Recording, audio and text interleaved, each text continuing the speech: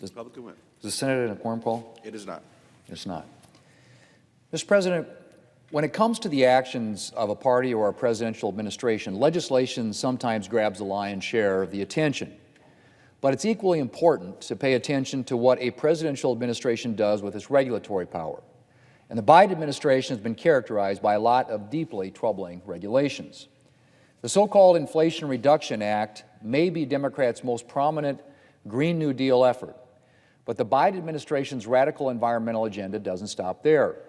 The president's also been using regulations to push through Democrats' Green New Deal fantasies. And these ill-considered, overreaching regulations could have serious consequences.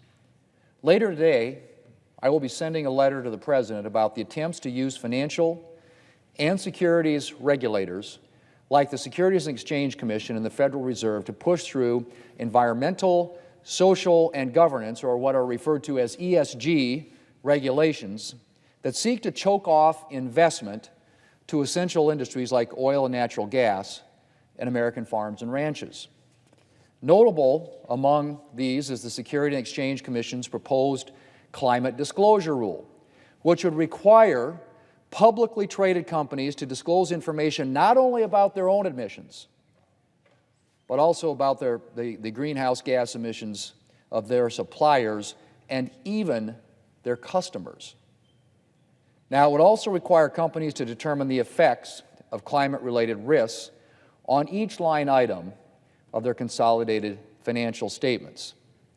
Well, to start with, this rule is obviously unworkable.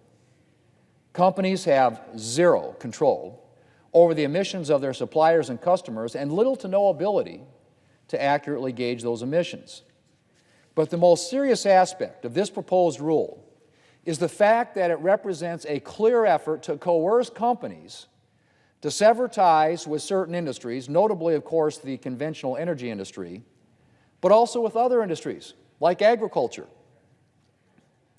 And it's hardly the only regulatory action of its kind proposed by the Biden administration. The Department of Labor just finalized a rule that would, in practice, require pension fiduciaries to consider climate change and ESG factors when making investment decisions, irrespective of their pecuniary relevance. The Federal Reserve, which I believe has zero business inserting itself into debates over climate policy, recently established a pilot program to analyze climate-related financial risk for the nation's largest banks, something that clearly exceeds the Fed's statutory authority. Similarly, the Office of the Comptroller of the Currency, the Federal Deposit Insurance Corporation, and the Fed have issued draft principles for large banks on, and I quote, climate-related financial risk management, end quote. And the list goes on.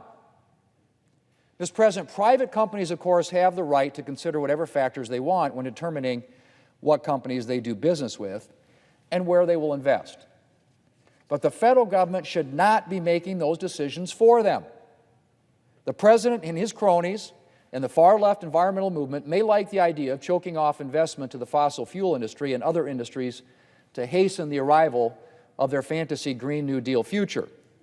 But reducing or eliminating investment in conventional energy and other essential industries is likely to create a nightmare for American families and American businesses. I am, and have long been, a strong supporter of alternative energy. But the fact of the matter is, we are still a long way from being able to rely exclusively on alternative energy. The technology that would enable us to rely solely on green energy simply doesn't exist yet. And pretending that we can rely exclusively on alternative energy isn't going to change the reality, which is that we still need oil and natural gas and will continue to need them for the foreseeable future. Choking off investment to the conventional energy industry isn't going to magically bring about the Green New Deal future, but it is going to reduce essential energy supplies. And that, in turn, is going to increase energy prices. It's going to increase energy prices for American families. And it's going to increase energy prices for American businesses. If Democrats succeed in reducing investment in oil and natural gas, we could be looking at a very serious reduction in our supply of conventional energy and correspondingly serious price hikes. And there's reason to be concerned that Democrats aren't just interested in choking off investment in oil and natural gas, but in agriculture as well, because of natural livestock emissions and farming inputs like fertilizer.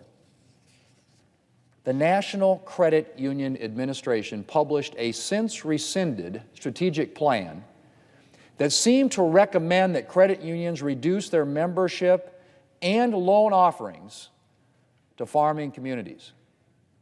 And South Dakota banks and credit unions have repeatedly expressed their concerns to my office that the President's far-reaching ESG agenda could ultimately damage their ability to extend capital to their farm and ranch customers. Should investment in agriculture also drop off, we could be looking not only at higher energy prices, but higher food prices as well, and possibly actual food supply issues. And between higher energy prices and higher food prices, the kind of financial hardship that Americans have been experiencing during our current inflation crisis could become a fixture for the long term. Mr. President, Democrats like to think of themselves as the party of the little guy. But the truth is, they become the party of extreme special interests.